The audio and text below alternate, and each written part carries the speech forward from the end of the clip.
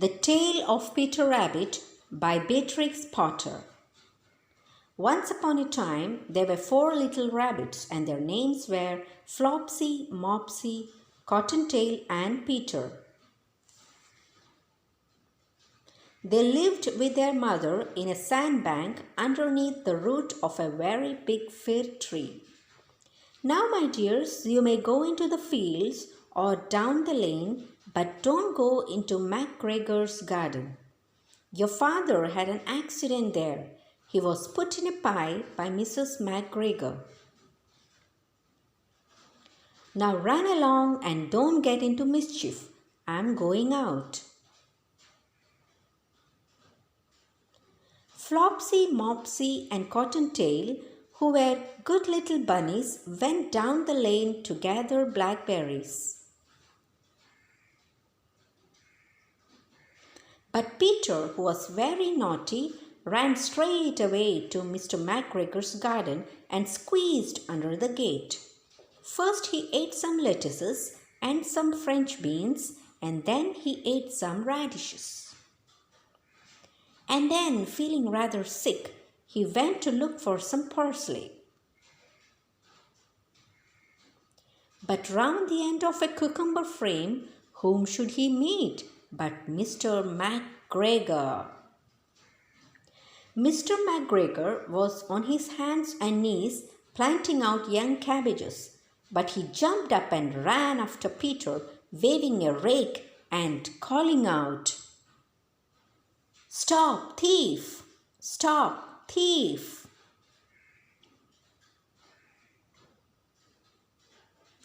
Peter was most dreadfully frightened. He rushed all over the garden, for he had forgotten the way back to the gate.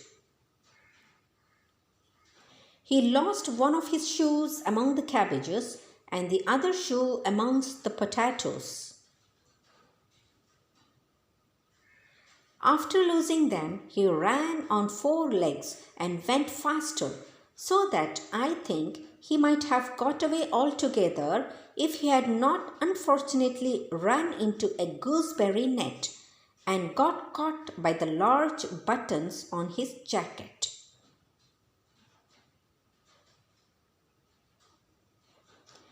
It was a blue jacket with brass buttons, quite new. Peter gave himself up for lost and shed big tears, but his sobs were overheard by some friendly sparrows who flew to him in great excitement and implored him to exert himself.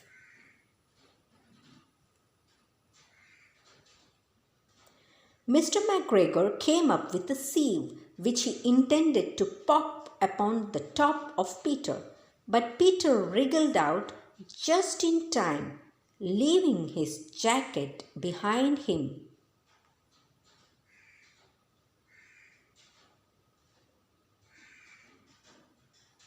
And rushed into the tool shed and jumped into a can.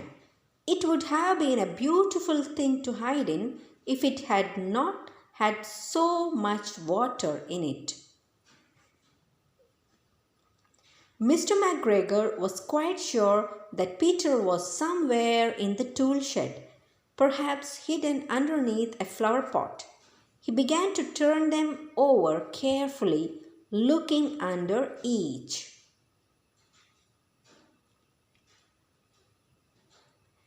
Presently Peter sneezed. "Kerchoo!" Mr. MacGregor was after him in no time.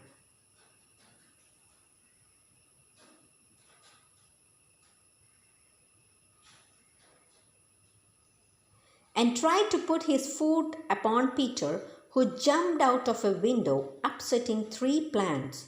The window was too small for Mr. Gregor, and he was tired of running after Peter. He went back to work.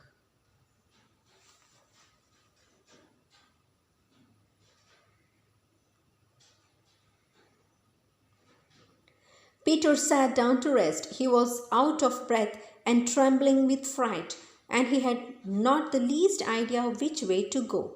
Also, he was very damp with sitting in that can.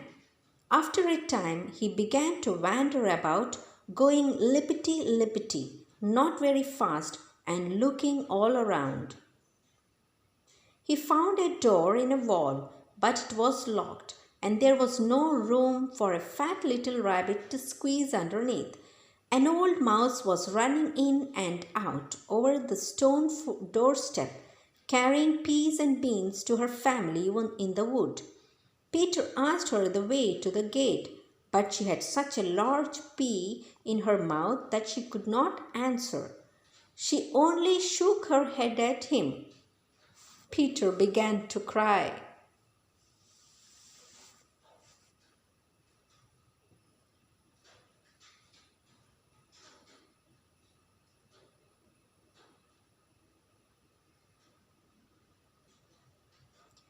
He went back towards the tool shed, but suddenly, quite close to him, he heard the noise of a hoe.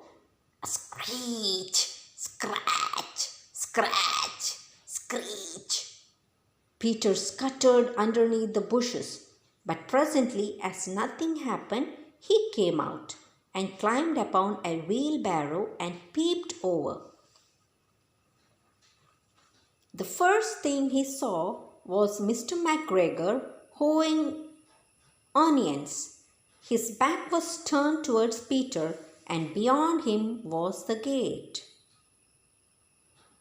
Peter got down very quietly off the wheelbarrow and started running as fast as he could go, along a straight walk behind some black currant bushes. Mr. McGregor caught sight of him at the corner, but Peter did not care. Mr. McGregor hung up the little jacket and the shoes for a scarecrow to frighten the blackbirds. Peter never stopped running or looking behind him till he got home to the big fir tree. He was so tired that he flopped down upon the nice soft sand on the floor of the rabbit hole and shut his eyes. His mother was busy cooking, and she wondered what he had done with his clothes. It was the second little jacket and pair of shoes that Peter had lost in a fortnight.